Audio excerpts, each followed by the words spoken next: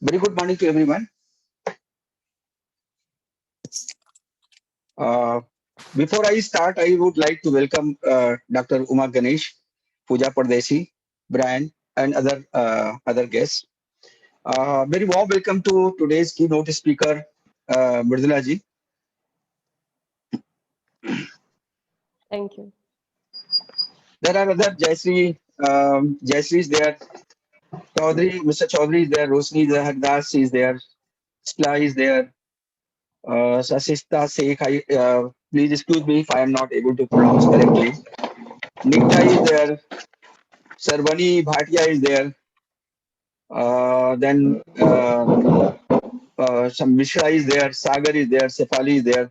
So all the guests, very warm welcome once again, and very warm welcome and hearty welcome to today's keynote speaker, Mridula ji. Today we have two announcements. One is I would like to invite Rotarian Neeru Goyal for announcement of inauguration of Happy School project, which is scheduled for Thursday, 25th March 2021. Before I invite Neeruji, I would like to earnestly request you all to kindly join in large number as far as inauguration is concerned. So over to Neeruji. Thank you, Colonel Mishra. Friends, this school, for which we will be going and we will be doing the inauguration of Happy School, this is in Mulshi. And very nice thing about this school is whenever we visit a school on behalf of Rotary Riverside, we notice the dedication and capability of teachers, and you will be amazed to see that. And they groom children in such a manner that the work which is done in this school, that is done by an old student of this school. They believe in giving back, and how they are grooming the village children who come from far off places. So you will be delighted to see the whole culture, and I request all of you to join in big number. And today, if you say, I will call you personally to find out who is coming, because they are very excited to welcome us as a club. Thank you so much. Thank And you. Thank you. the amount we have spent in this school is 6.5 lakh. We have changed the roofing of the school, we have painted the classrooms, and we have done some toilet work. And this was possible because the old student of this school was doing it, and he never charged us the way, the fees normal contractors charge. Thank you. Thank you. Thank you, Neeruji. Friends, Rotarian Neeru Goyal, Director Service Project Riverside, will be speaking on the topic evolution towards the higher. I'm repeating, evolution towards the higher, on coming Saturday at 11 a.m. This talk is being organized by Sanjeevani Riverside, a flagship of Rotary Club of Pune Riverside. Please block day in your calendar and make it convenient to join in large number. Prerna will share the Zoom meeting invite link you shortly. And thank you, Neeruji, again for accepting our invitation to be keynote speaker on Sanjeevani Riverside. Thank you. Uh, I would like to invite Lieutenant Prerna Gaikwad, Secretary Rotary Club of Pune Riverside, for Secretary announcement. So over to Prerna. Very good morning again. We have Rotarian Vinay's birthday on the 29th of March. So here's wishing Vinay a happy birthday in advance. That's all the announcements from me, Colonel. Back to you. Thank you. Friends, we are blessed to have Dr. Uma Ganesh Natarajan to introduce and welcome Mridula Sankhyayan. So not taking much time, and thanking Dr. Uma, ma'am. Welcome to you, and over to you to introduce and welcome Mridula ji. Good morning, everybody. Thank you very much, Colonel Mishra. It's a real privilege to be part of today's discussion, and especially to introduce my friend and colleague Mridula Sankhyayan to everyone here at Rotary Club Riverside.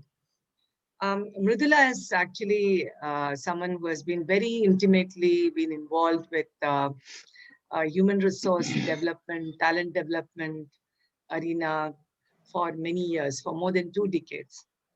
She is actually from Allahabad. She was born and raised there.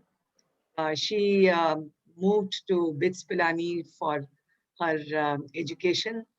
And post graduating from BITS Pilani, she has worked in many places in India.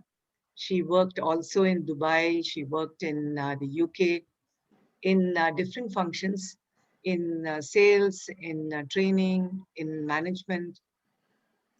And in India, in the last 10 to 12 years, she has held some important responsibilities.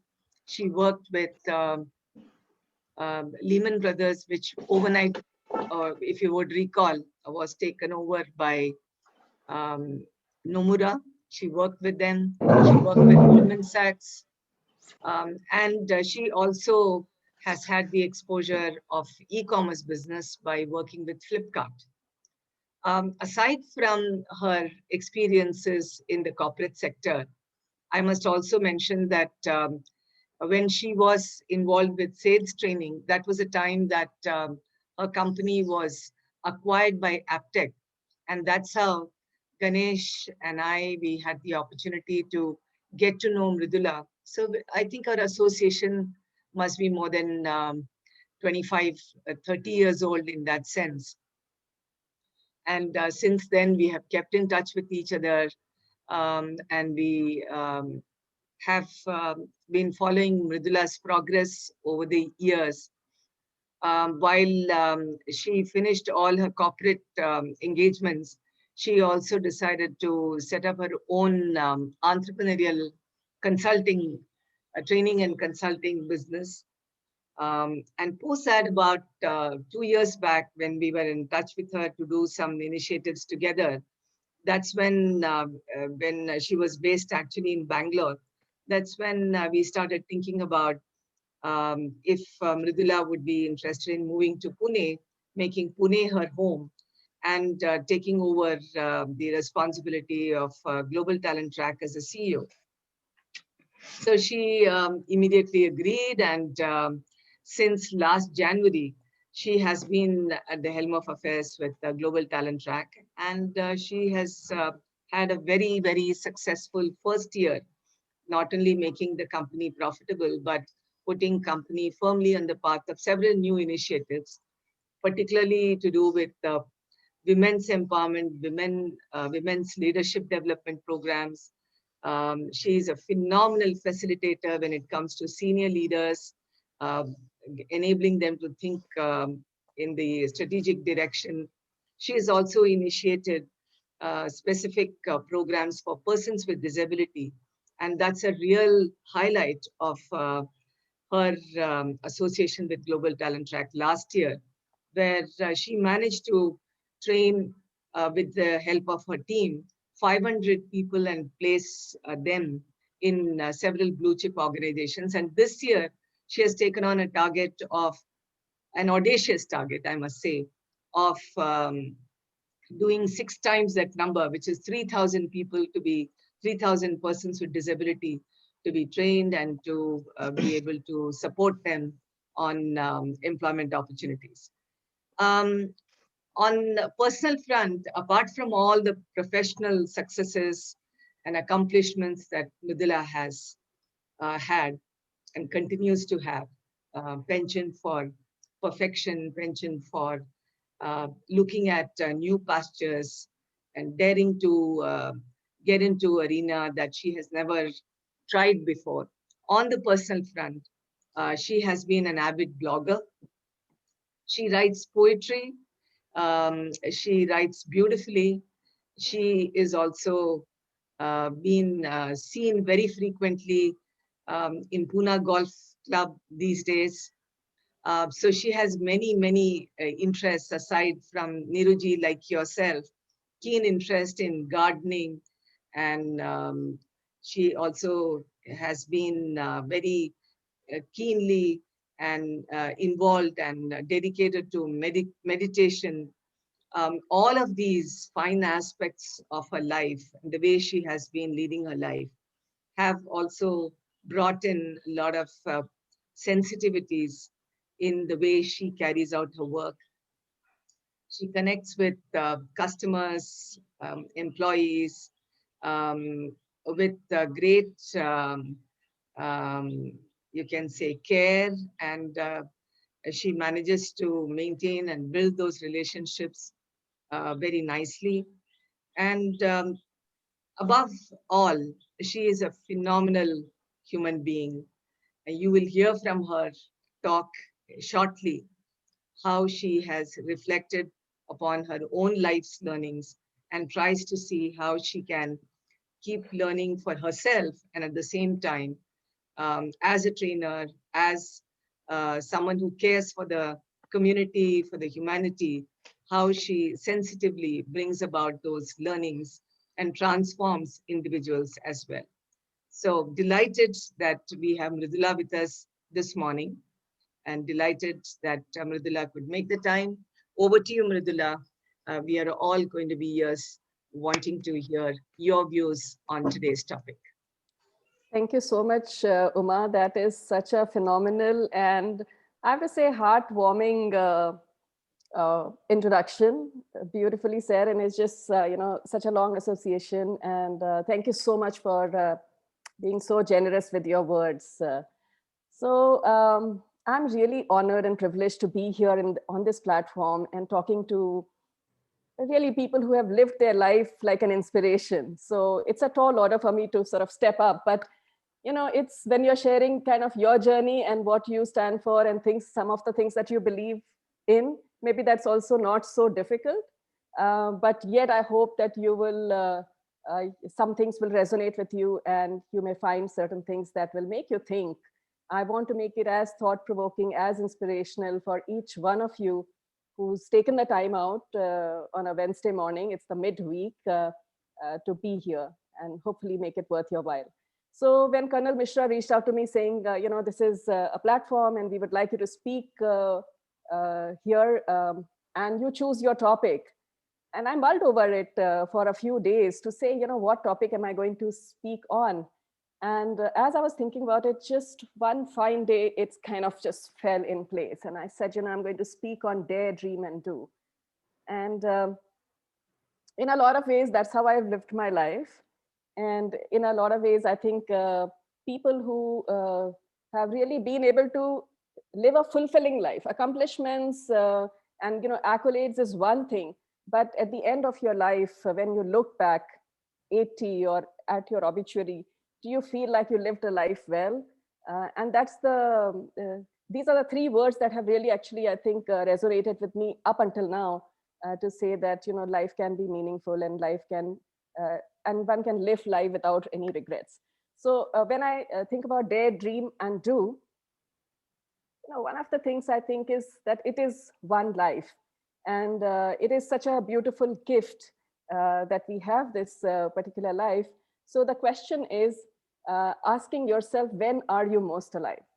And every time I think about it, because life to me feels like if you live it fully, if you live it well, then you feel most alive. And as I was thinking, and I'd invite you to think about it also, and you can maybe share your thoughts on chat box.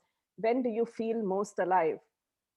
And last evening I was sitting with my son and I was asking him, so you tell me, Rishi, when do you feel most alive? And he took a few seconds and said, when I'm making my video reels, and these days he's very much into building his social media influencer profile. Just when I'm building my reels, I'm most alive. And then I thought to myself, when am I most alive? And there were just flashes of images. I'm a very visual person. So these images flashed. Maybe when I'm recording a song on a Star Maker, I can't sing, but I'm trying to get there. But that gives me so much joy. When I'm on the golf course and hitting a good shot or even a bad shot, but just the people around, the ambience, just being there. When I'm in a session like this, it just sort of brings out some energy and some positivity, and I just feel extremely alive. When I'm driving out and being with friends and laughing, that's when I feel most alive. And when I'm in nature. So the idea is to live every moment of your life being most alive, right? And a lot of times being in corporate life and having lived 30 years of corporate life, there is so many times one gets into the rut of life, day after day, Monday morning after Monday morning, to-do lists, never-ending to-do lists. And somewhere along the line, we miss the joy of life. And then we come back to it because something nice happens and then we come back to it. But the idea is, how do we live a life that is more rich, more fulfilling? Otherwise, to me, it feels like, we all come with so much potential, so much incredible knowledge and wisdom and power within ourselves. But if we didn't live fully, that will be like a wasted human potential. And I want to talk something about this wasted human potential. In 2006, I was, I was at Genpact, and we went through this program by Franklin Covey organization on 7 Habits of Highly Effective People. I was being trained to be a facilitator. So it was a very, very intensive program. Not only did we have to go through three-day program, we had to go through another 3-day to become a facilitator. And it was intense and tough. But something really beautiful that came out of that program was one of the things that it has, the habit 2, is the begin with the end in mind. And as a part of that habit, one has to write their personal mission statement. And it's a very spontaneous exercise. There is a build-up to it, but it's a very spontaneous exercise when you actually, in the end, write your personal mission statement. Because the idea is that it is not the mind with which you are writing, but you're writing spontaneously from all your being, your heart, your mind, your soul. So I wrote down 2 pages, and then I looked back at it. And there were a lot of things there. I want to travel. I want to raise good children, good human beings. But one thing that always stuck out and always has been consistent was that I want to really, truly do the best I can in this life, like really tap my potential fully. And not stop at that, help others tap their fullest potential. And that has always resonated with me every time somebody has asked me about what's your true north, what's your purpose? And I think that's really about living fully, loving fully, and leaving the world better than you found it. And it's a journey. It's a step-by-step journey. Have I gotten there? Perhaps there is so much more to do, but one step at a time. And as I'm taking you through these slides, I want to also invite you to reflect and think about some of these things. So dare, the first thing about dare, dream, and do. And this dare is about, we see these extreme sport pictures, and that is daring to us. Bungee jumping is daring to us. Perhaps parasailing is daring. But daring also, when I'm thinking about tapping our fullest potential, it's really about going within. Daring to be you. How often do we put masks after masks after masks? We think one thing, mean another, say something else, and do something completely different. And unless and until we are being ourselves, we will not be able to tap our fullest potential. So one of the things as I was thinking about is how difficult or easy it is to be you. For some people, it comes quite naturally. For others, they feel the pressure of living up to somebody else's expectations or being in a group in a certain way. Or these are the things in Rome, do as Romans do. So constantly putting masks after masks, but daring to be you. That is my dare to me and to all of you. Daring to be different, daring to stand out of the crowd and do something that others don't do. Oftentimes, the way that I was brought up was never stand out. Don't make yourself very seen, be as per the norms. The society has certain norms and live as per those norms. The third one, dare to speak your truth. How often we see injustice happen or something that does not measure up to our own expectations, but do we really speak the truth? Or sometimes we say, well, let's not get into this headache. I've got a busy in-tray and I have lots of things to do, and just move on and do those. Dare to stand up for what you believe in and dare to discover your highest potential. Eventually, it's coming back to it. So to me, these are the 5 things that I feel like are daring, very daring, more than bungee jumping and more than, going into this ice glacier. So what I've done is I've taken some people who have really inspired me and some stories that have really inspired me, and I want to share those with you. The first one, dare to be you. And this was actually a recent discovery. So I don't know how many of you know Billie Eilish, but I just want to talk a little bit about Billie Eilish, who became famous at the age of 14. because she shared a song called Ocean Eyes. And I recently listened to it, and it's very, very soulful. At the age of 14, she recorded this song in her brother's bedroom and got awarded a Grammy for it. And after that, she's a songwriter, she's a pop singer, and she's won 7 Grammys by the time she turned 19 this year. Incredible achievements after achievements. I mean, I think she's broken many, many Guinness World Records also for being the youngest person to be awarded Grammy, for being the youngest songwriter who was awarded Grammy.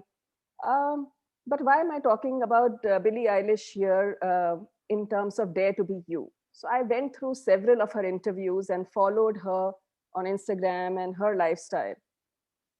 And something that was really endearing and surprising about Billie Eilish is that after all of that, over the last 5 years, she still continues to live in the same small apartment with her parents and her brother. She still composes her music in her brother's bedroom.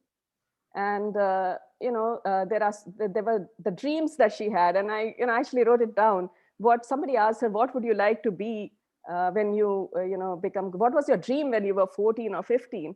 And she said, I wanted to be a cashier at Jamba Juice.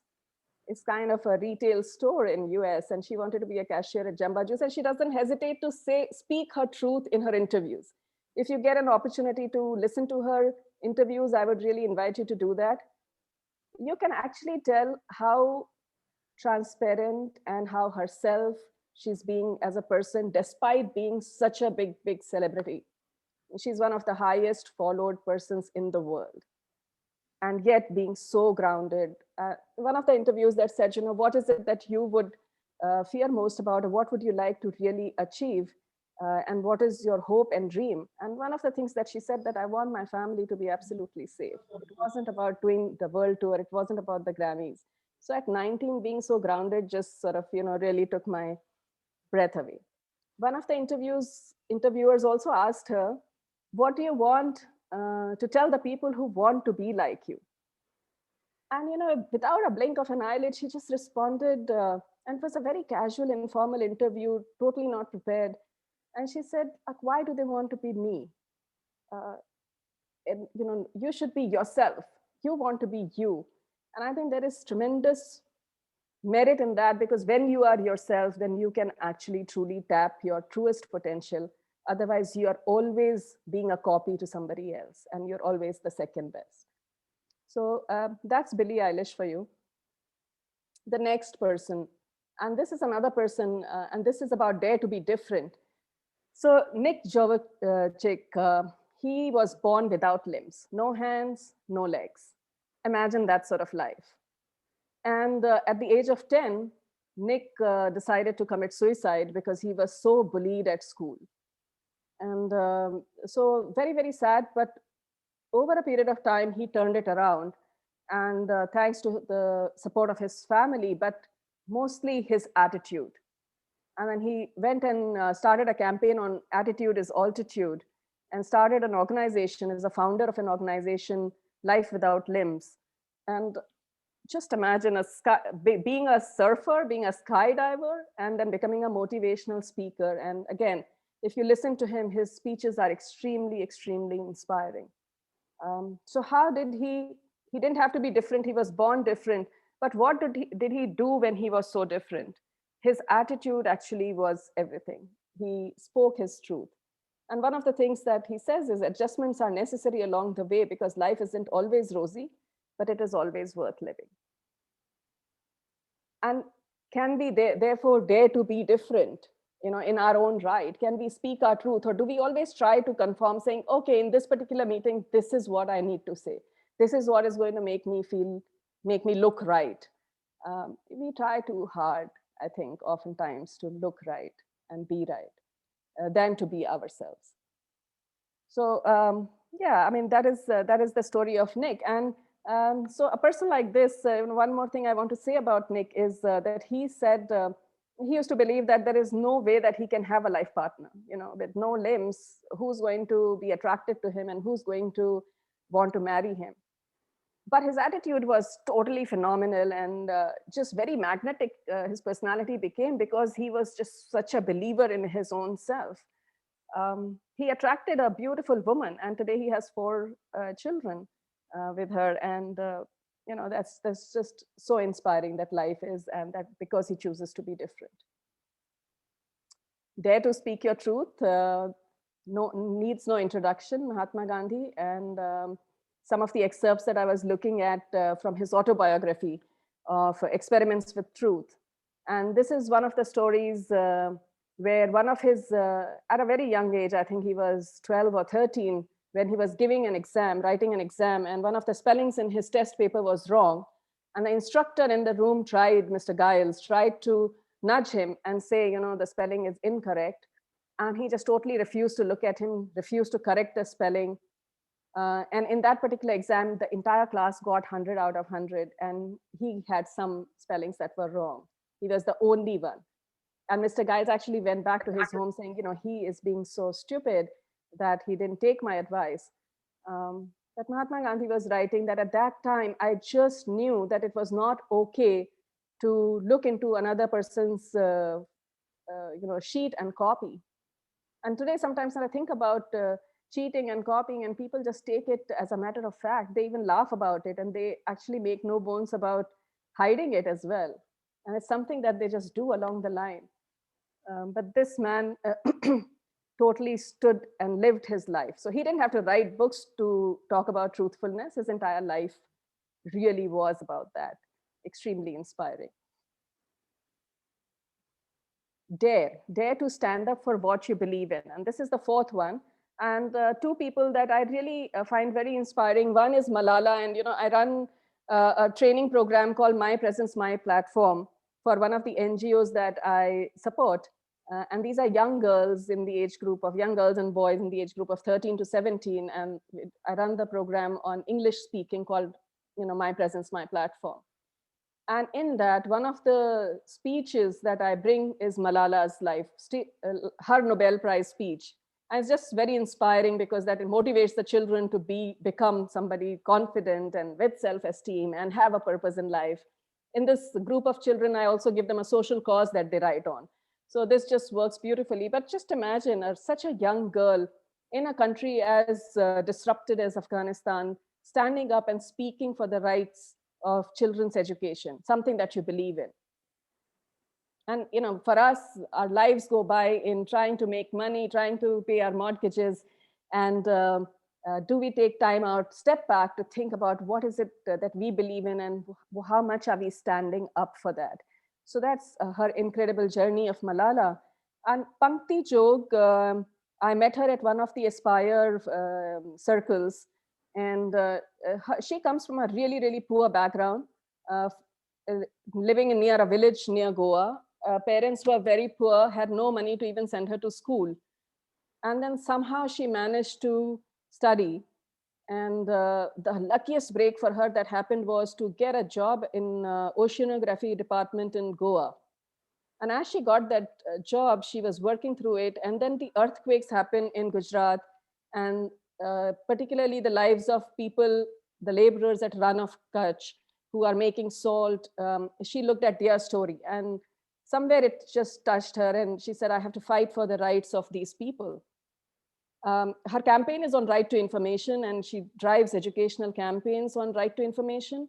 But at that point in time, the situation in Rann of Kutch was so bad for these laborers that they would actually, during the time the salt was being made, they would take their families to Rann of Kutch, because that place is inhabitable. You can't really live there. There's no electricity, there's no water, there's no schooling, there's no social life as such of amenities. So they would actually travel during this time, stay there 3 months, make salt, and come back. In the process, it was like with great difficulty they managed somehow. And when Pankti saw it, she looked at all the right to information and challenged government of India at every step of the way. And today has been able to bring water to that place, has been able to bring electricity to that place, where they don't have to use petrol and diesel and run lamps, but government has provided electricity. So they are not under loans, and their children have schools. There are buses that go there, school buses that teach the children. So tremendous amount of daring, I would say, to leave a very, very cushy job from the background that she came, to have to leave all of that and then go door to door with the RTI campaign. So that was another very inspiring story. And my last, but not the least, is Elon Musk. And this is really totally about dare to discover your highest potential. I mean, there's so much being said, so I don't know where to even start, but he's been rated #1, number 50 most daring entrepreneur in 2018. Recently, when he beat Jeff Bezos and became the world's richest person, it is a very interesting tweet that is, maybe some of you have seen it. Somebody wrote on his Twitter saying, "Congratulations, Elon, you became the richest person on the planet." And he actually writes, "How strange," and then ... let's get back to work. And Elon Musk's life, actually, if you look at it, there's nothing fancy about it. It is pure hard work. His entire life, I was reading it, it's planned in 5-minute intervals. So every 5 minutes is planned of how he's going to invest, and Saturdays are free for his family and children. But that man really works 100 hours and more every single week, week after week. And one of the things that he says about really touching your highest potential is do what you truly love to do. And his love for electric cars and his love for space was there right from his childhood, and that he just kept nurturing. And just imagine the heights that he's reached in terms of being able to, he says, in the next 5 years, we will travel to Mars. So incredible achievement. So hard work for him, very, very planned and completely focused life, and doing something that he absolutely loves to do. And one thing that he said is that is a gold mine that you should never miss is take feedback. And take feedback on yourself from people who will give you actually honest feedback.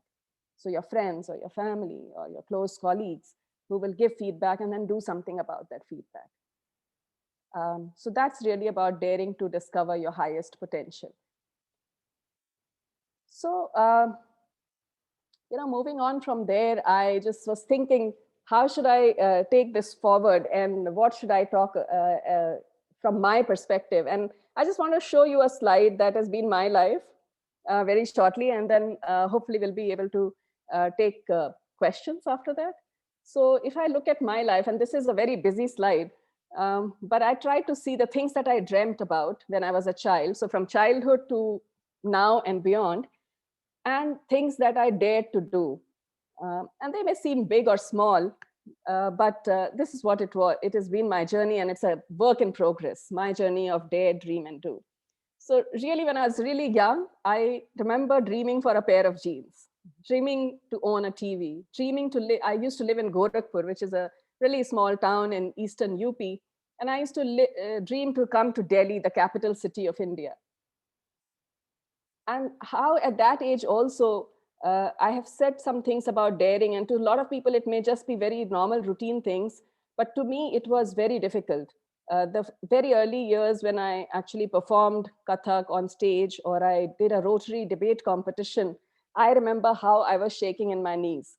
Because as a child, I was really shy, timid. In fact, my mother had to send me to one lady called Mrs. O'Brien to help me speak, because I just wouldn't open my mouth. I was just so shy for whatever. So debate, you can imagine, was like a climbing Mount Everest for me.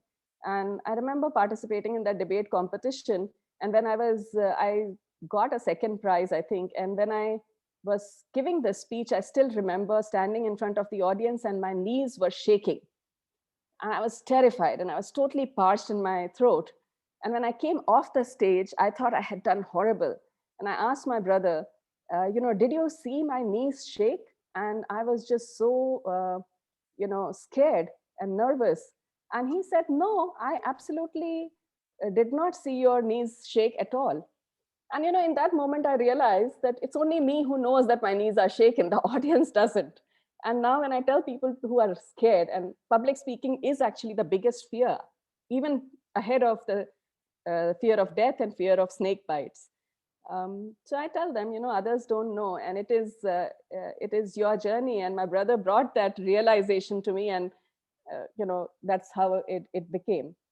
at a very young age, I think I was 11 or 12, I still remember sitting on my desk, and I was a very studious, nerdy kind of a student. I was sitting and reading some subject, math or physics. And suddenly I looked up and there was open sky.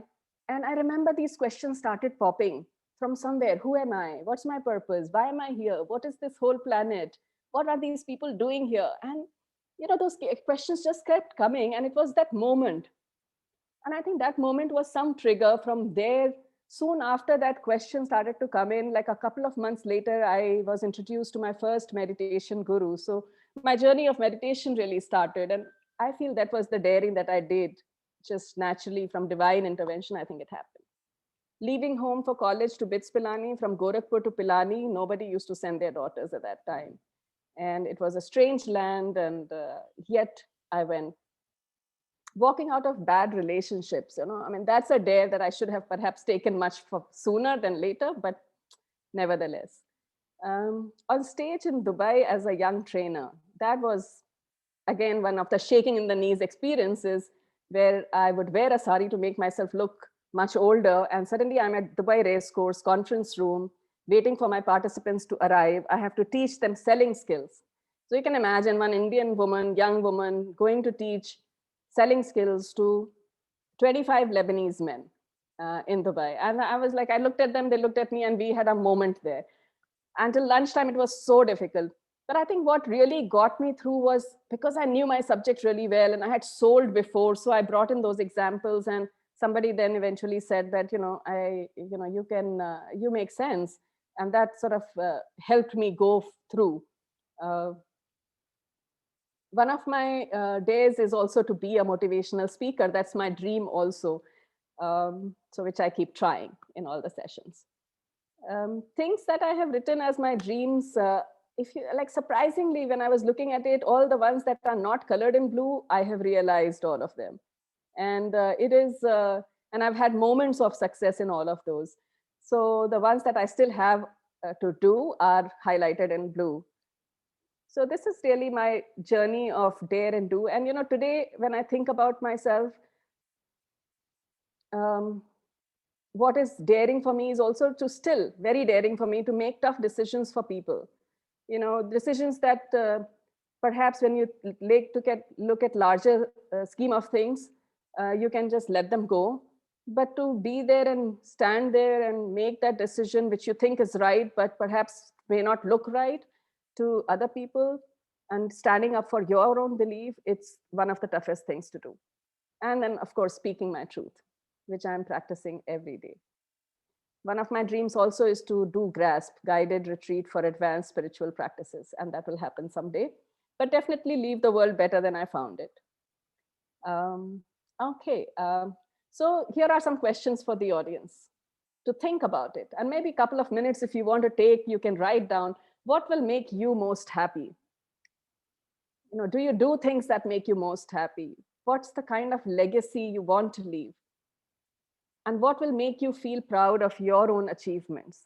And these are some of the questions that if you think about, they start to turn your life in that direction of where you can actually come to this planet and say, yes, I lived fully, I lived and loved and gave back fully as much as I could.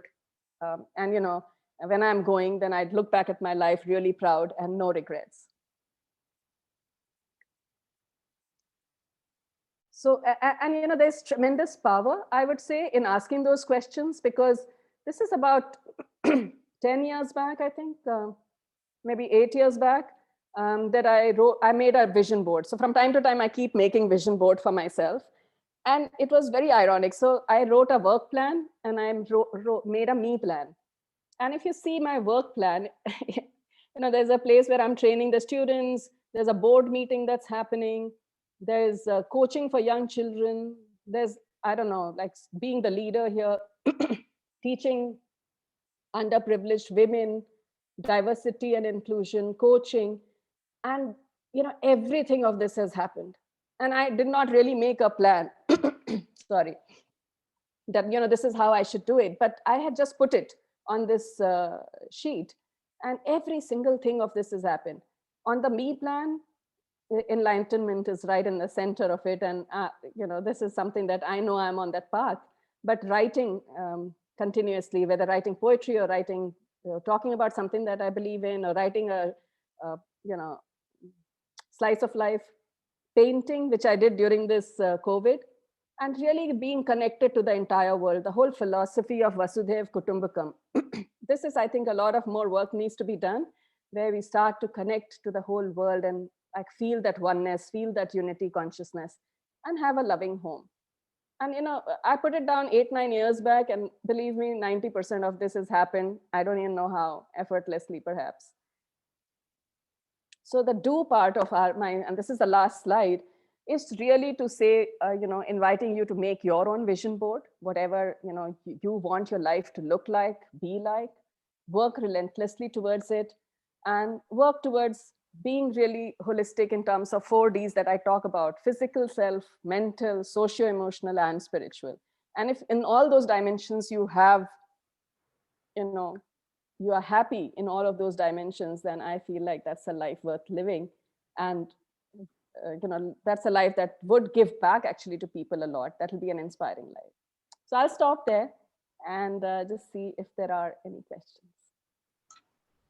Thank you very much, Mridula. That was such a fantastic session, truly inspirational, and particularly being able to connect with your own personal journey. You have really made us think about where are we on a similar journey, and how many of us have really been able to dream, dare to dream. And perhaps from what you said, to me, it appears that it's never too late to dream. And when you dream, you shouldn't just leave it at that, but find a way to also make the dream come alive.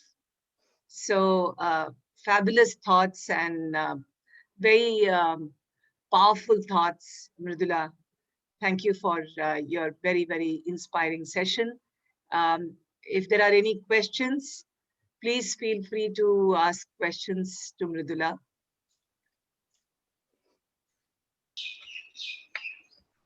So I have a question. Sure. Ma'am, how did you get 500 disabled people placed? Oh my God, a whole team worked towards it. But let me tell you, so we did that, and actually right now our numbers are closing to 700. And there was a lot of hard work that the whole team put in. But I think one of the things that was there, that everybody was very passionate about doing this.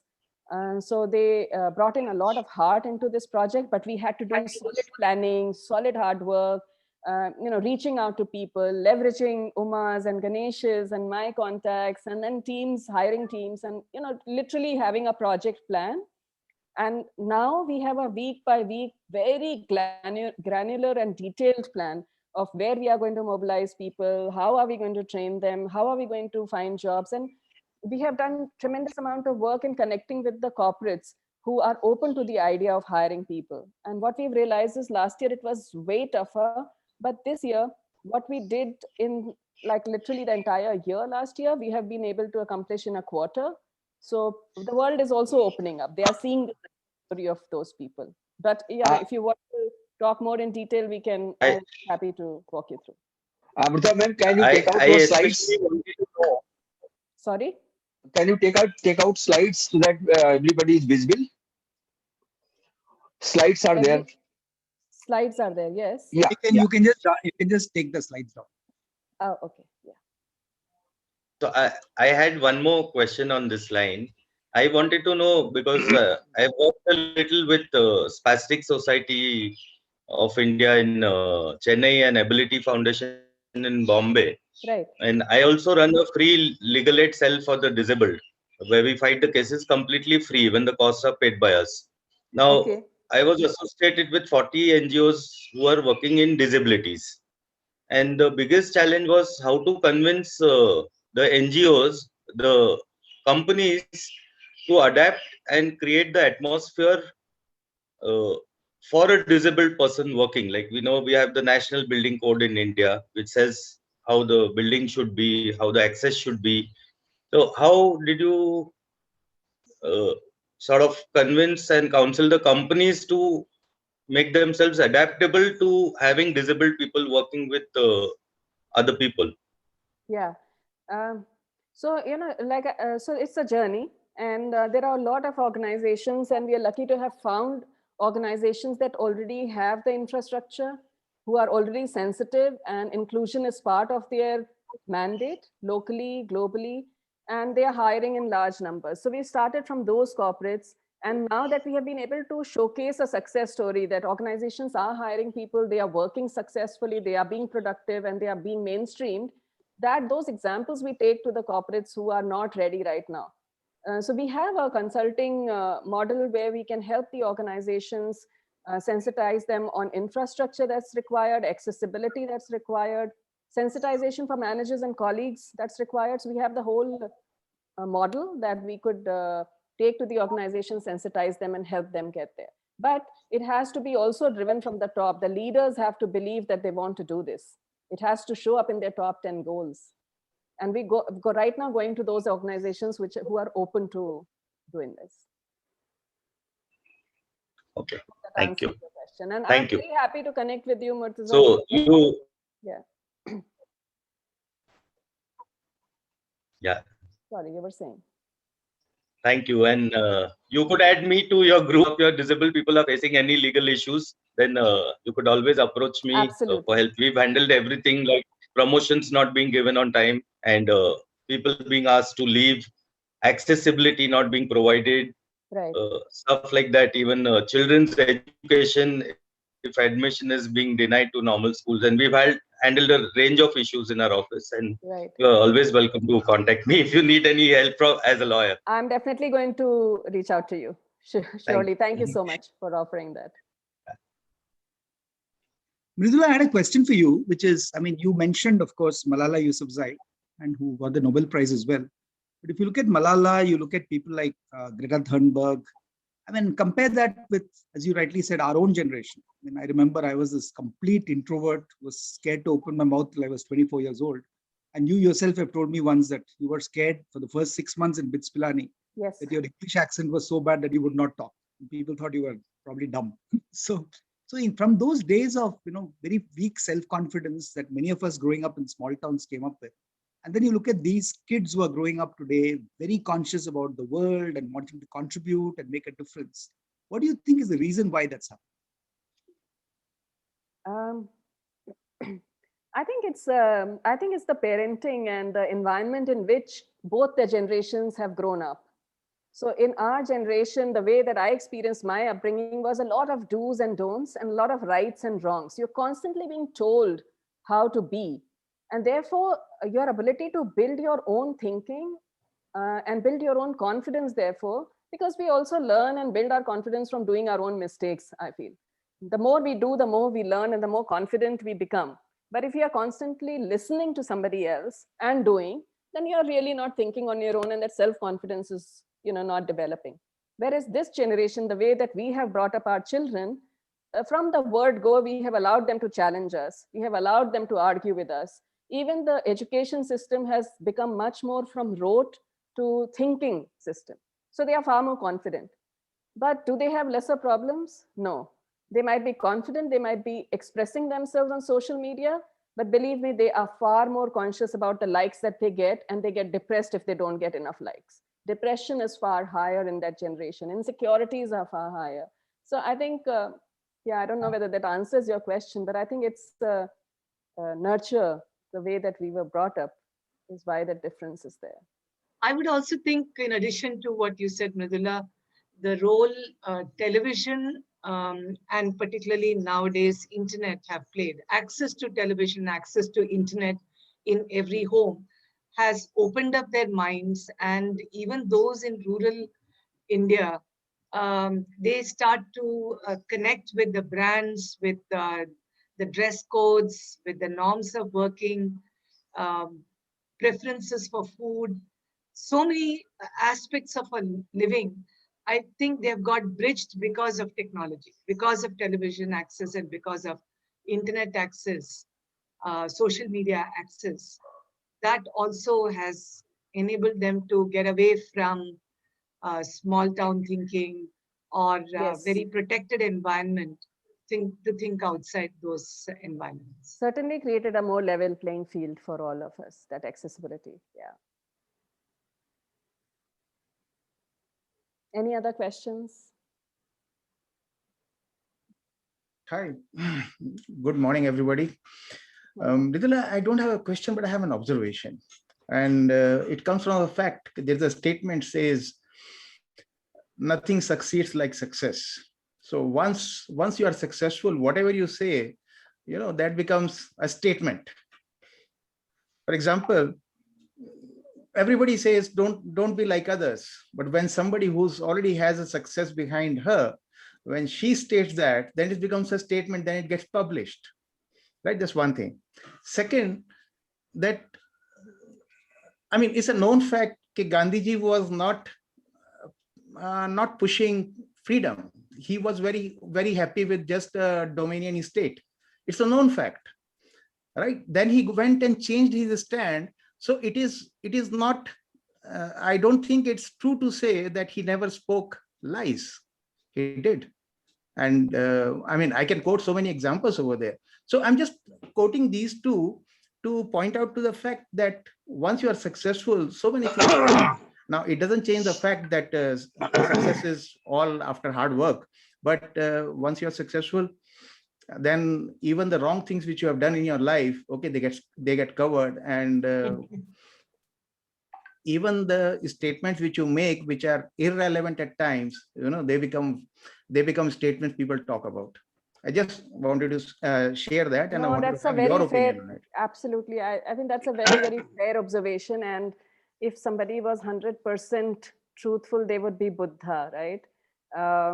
So I think for us, my point there is experiment with truth. And is that your value? And are you trying to live by it?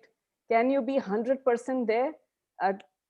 For me also, it's a journey, right? Sometimes I don't have the courage to speak my truth, but I know that I should speak my truth, because if I speak my truth, I will move the needle forward. I will inspire somebody else. I'll inspire myself, So it is a journey. And Gandhiji's experiments with truth, and that is what he wrote. Some of those things are inspiring, and some of those things in his lives are not inspiring. But again, and this is a Gandhiji's example, by the way. So apparently somebody had written a letter to him with a lot of abuses, and he read that whole letter. He took the pin, kept it, and tore the letter and threw it in the dustbin. Now, whatever you may make of it, but I think for me, the lesson was that a lot of things will come to you, the things that make sense to you. Nobody is a perfect person, but you learn and you get inspired by certain things in certain people.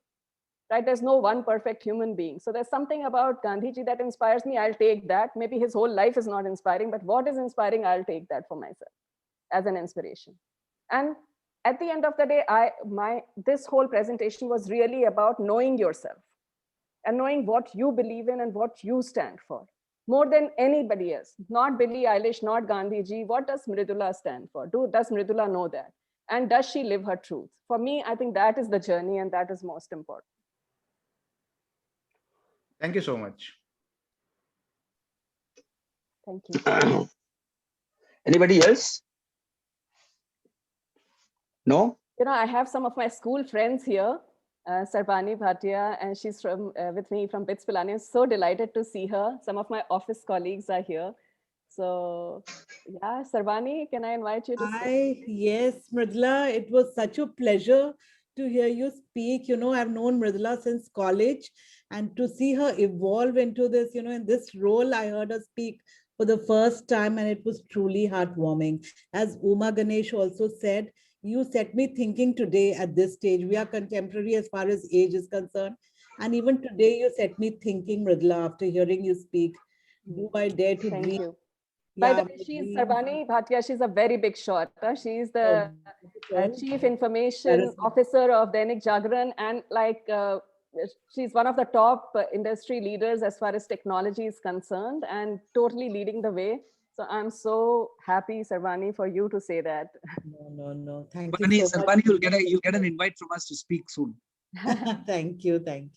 Sure, would love to. Thank you. always Thank you. inspiring. Yeah. And Mridula, I wanted to add here, when you said about Gorakhpur to Pilani, I myself went from Patna, as you know, to Pilani. So somewhere our small town and middle class values also, I think, helped us stand the ground, and our conviction, right? And our those values helped us, be very firm to the ground and not get carried away. And somewhere I think it was the strength of mind that helped us, absorb all the good things and all that, and not be daunted by the huge exposure and the, crowds and people from cities. So somewhere I think we did well, right, Mithla? Yeah, I absolutely. quite that resonates with me. So I thought that I should absolutely. I have my clients also here. Actually, more friends now than clients, Delcy, and I'm so happy to see all of you. Hi, Delcy. Good to see you. Hi, hi. I am so happy because I think all of us have said it. Admire the energy, Mridula. Honestly, I think that's very important. The energy we pass across to each other, and it passes through all mediums. And I truly get it from you, from the people in your team. And I'm going to take back this from me that we all have to relentlessly follow our dreams, and whatever age, it doesn't matter. So thank you so much. I'm Thank you. inspired. I always am, and I wish you all the very best. Thank you. Thank you so much, and thank you for Thank coming. you. Thank you very much, Mridula, and thank you very much, participants. Over to you, Colonel Mishra. Thank you. Thank you very much. Thank you, Uma ma'am. In fact, it was amazing, and I must say I have been benefited largely, and I'm sure that other members who have joined in the morning, have been benefited in large way. I'm thankful to Ganeshji for connecting Mridula ji. And Mridula ji, when I was interacting with you about the topic, I was not aware that you are going to make a huge difference. I mean, I must say it's a kind of incarnation. I mean, the three word, which it's not three words, it's three inspirations and the examples which you have already given, live examples that makes a lot of difference. So thank you very much, Ganeshji, for connecting Mridula ji and Mridula for joining us today. We feel blessed. Not taking much time now, I would like to invite Rotarian Kiran Grewal to extend formal vote of thanks. So over to Kiran. Thank you, Colonel Mishra. Mridula, I just have to say that I think you really made all of us, think. I think when you started the talk and the first thing that you said is, when do I feel most alive? That actually got, I'm sure, a lot of people thinking that, yes, when was the last time I actually stopped to think about such a question, that when do I feel most alive? I think we're also busy living and functioning on our day-to-day basis that, stopping to even think about ourselves, we're normally not the first, we're normally the last priority, right? Mental health is a normal for us. So going through your entire presentation, habits, that we should be forming, identifying personal goals, even thinking about tapping into our full potential. I have to say this, today's talk was one of the most inspiring, where we got to identify a lot of this happening in today's society. Social media definitely has given us, a lot of insight into the new norms of how the youth is thinking. The fact that they're very comfortable in their skin, they're very comfortable being the human beings that they are. And our society, growing up, we were not given that kind of space. One is to communicate anything that we felt. Second was, we were just not brought up with the thought of, it was just a social norm of how we had to function. So here, having this conversation about these young people, who have this conviction and who have worked towards their journey with the convictions that they have, and with the focus that they have towards what they believe in, it has definitely been something that has you could say it's like a wake-up call, sometimes in life that, okay, what exactly it is that, like, again, the first question, what makes you feel most alive? Because that becomes like, your future thought. You have to work towards this. So I have to say thank you so much for such a wonderful talk today that definitely has inspired all of us to rethink how we look at life. Thank you so much. Thank you. Thank you so much, Kiran. Thank you, Kiran. Thank you very much. Mridula ji and all other guest participants, I would like to share with you that Thought of the Week is the tradition which we are following since 28, 29 years. So, to sharing the Thought of the Week, today I would like to invite our own, Director Corporate and Youth Connect, Dr. Rotarian Ganesh Natarajan. So over to Ganesh. Thought of the week, nahi Colonel Mishra, but I think I have a thought for the period, the COVID period. That is, yeah, that's same. That's same. Please go ahead. Go ahead. What Sandeep ji just said, which is nothing seems like success. Today, I think our biggest worry is, मेरा audio ठीक आएगा कि नहीं, video चलेगा कि नहीं. We are just kind of obsessed with that. So I think the thought of the week is today, nothing succeeds. True that. Yeah, thank you very much. Thank you, Brother Ganesh. Now, another thing which is we derive on Wednesday morning, that is the tonic for the day, and we say that cracking the joke, and that makes us feel happy. So for that, I would like to invite Sandeep Bash. Over to Sandeep ji. Good morning, everybody, once again, and thank you, Colonel sir. Now, when Mridula was talking, I was thinking of how people get inspired, because she had a really inspiring speech. And I got reminded of something, which I shared maybe in the group long time back, but I see that so many people are new, so maybe they're going to appreciate that. So there was this couple of, guys talking to each other, and they said there is a misnomer that man is the head of the house. It's normally the women, who carry the baton, and they are the ones who decide.